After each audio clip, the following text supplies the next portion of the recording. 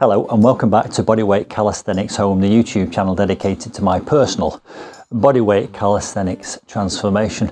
And first things first, after only 3 weeks, I've already got 75 subscribers, which is actually fantastic. I run another YouTube channel about gardening and it took me about 3 months to get 75 subscribers. So I really do appreciate you being there, and I appreciate the comments and advice you've been giving me. And not only have I got 75 subscribers, I've also got 12 virtual gym buddies.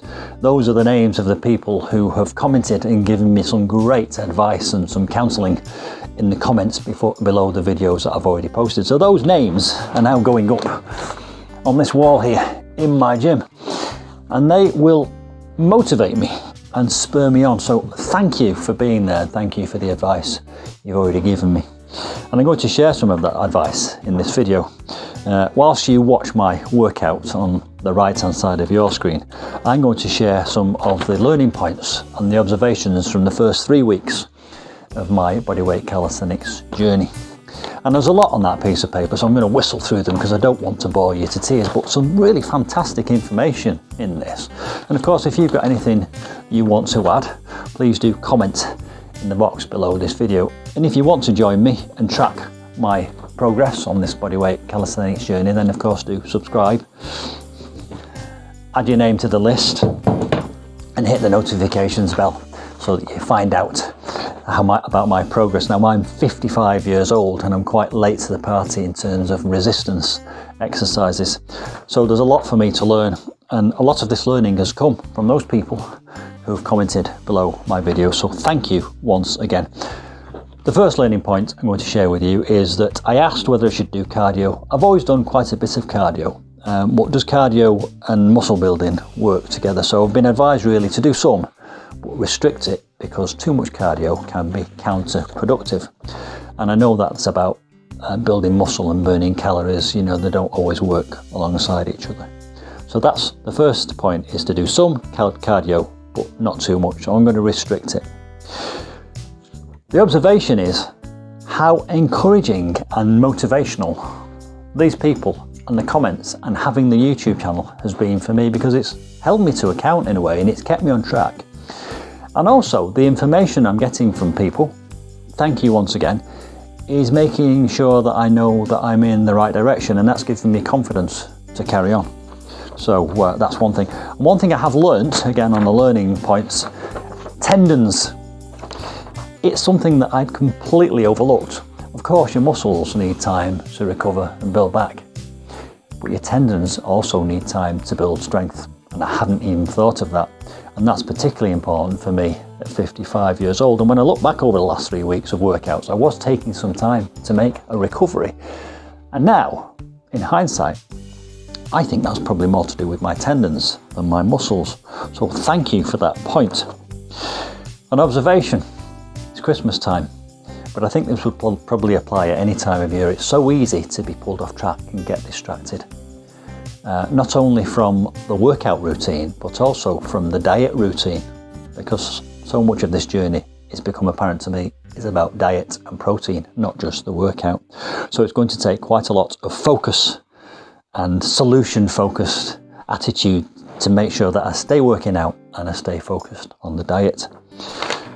On here, I've written, chub is okay. Now, in my first video, I stated that one of my objectives is to lose this little bit of flab on my belly. And I will do eventually, but again, it's been pointed out, probably very validly actually, that having a little bit of chub is perfectly acceptable when you're building body mass and muscle.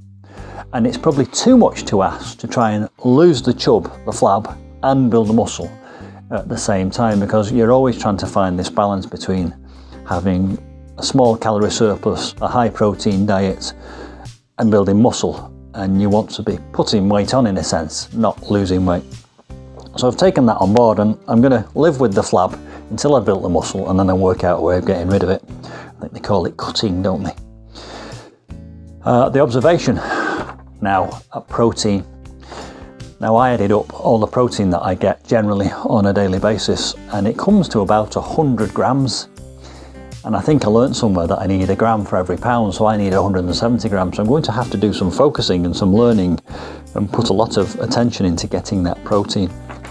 And the observation really is it's not easy to get protein. So I'm going to look at ways, and I'll share them in a video, of how to boost up my protein without boosting up the fat too much.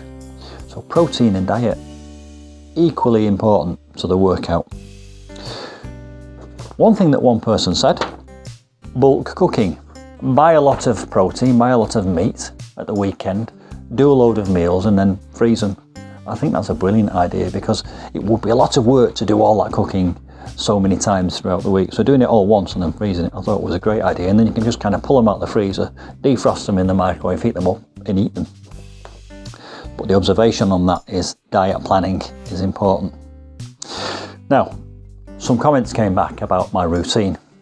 On the whole, I think the routine got the thumbs up. I had 6 exercises in my routine, but I have now added an additional 3 exercises based on the advice I was given by subscribers. Thank you. The first one is reverse rows, which I'll do underneath this, pulling myself up on this frame that I've built. The second is some calf raises, because I realised after a comment that was made that this part of my leg isn't getting any. I'll end up with skinny calves and possibly bulking up top, and I won't look balanced. So I've got some calf raises now included in the routine. And the third one is the hip tilt exercises, which I hadn't included, which is from the glutes. So those 3 are now included in my routine. Another observation now, and it's about motivation, and I've already mentioned this. The subscribers and the comments is very motivational. It does 3 things I've already mentioned, and I'm repeating myself. Number 1, it gives me good information. Number 2, it confirms what I'm doing is correct and keeps me on track. But number 3, it holds me to account in a subtle way. It gives me a little bit of pressure, and also it feels like I've got a load of gym buddies. Great. Vitamins. Now, unfortunately, I can't take vitamin supplements, and nor can I take protein supplements. But that's a good thing for me in a sense, because it means it's going to be essential for me to focus on my diet.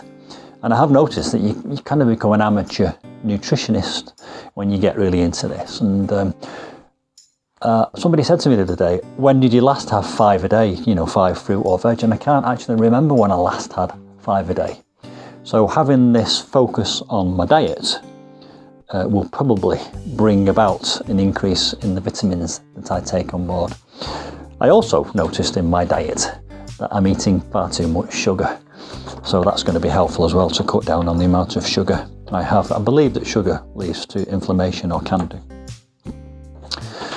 I mentioned tendons a minute ago. I was also advised in a comment to include some stretching for flexibility, which I will do. I'll definitely take that on board. It's about age, isn't it, this as well? It's not just because it's essential and it's good practice, it's also even better practice as you get older. 55, probably need to give more attention to stretching. You can't just leap out of bed, come in the gym and do all this working out.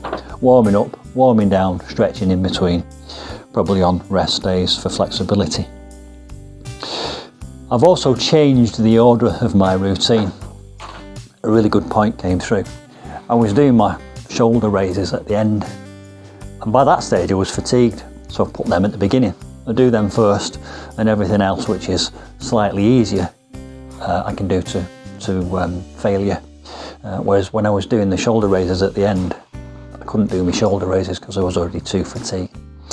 Anyway, some fantastic observations and some learning points for me. What do you think? These are going on the wall in my gym. I'll reference them and they'll keep me on track and motivated. Please do add to them if you wish. Subscribe, hit the notifications bell, and I'll see you soon. In the next video, I'm going to reveal the results. Now, I'll be honest with you, because I've had a cold and I've really only done 4 true workouts, I'm not noticing any difference yet, but I am feeling stronger, and I have noticed that I can do more exercises in the exercises that I've included before I reach failure, so I'm definitely getting stronger. See you soon.